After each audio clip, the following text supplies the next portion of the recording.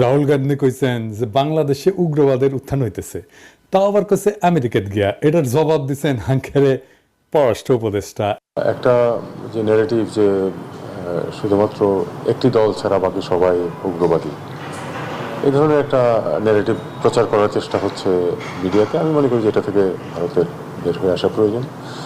আর দ্বিতীয় কথা হলো যে এখানে আমরা কোনো, অন্তত আমাদের যা তথ্য তার ভিত্তিতে দেখতে পাচ্ছি না যে এখানে বিরাট উগ্রবাদীরা কোনো কিছু করে ফেলছে।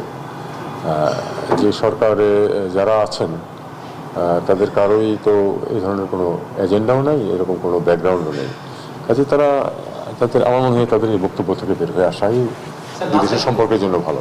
তো সাহেব, আপনি কি রাহুলের উকিল ইজেরার জবাব দিতেছেন? আপনি বলবেন বাংলাদেশের আভ্যন্তরীণ ইস্যু নিয়ে কথা বলা বন্ধ করেন, বুঝছাও? নিজের দেশে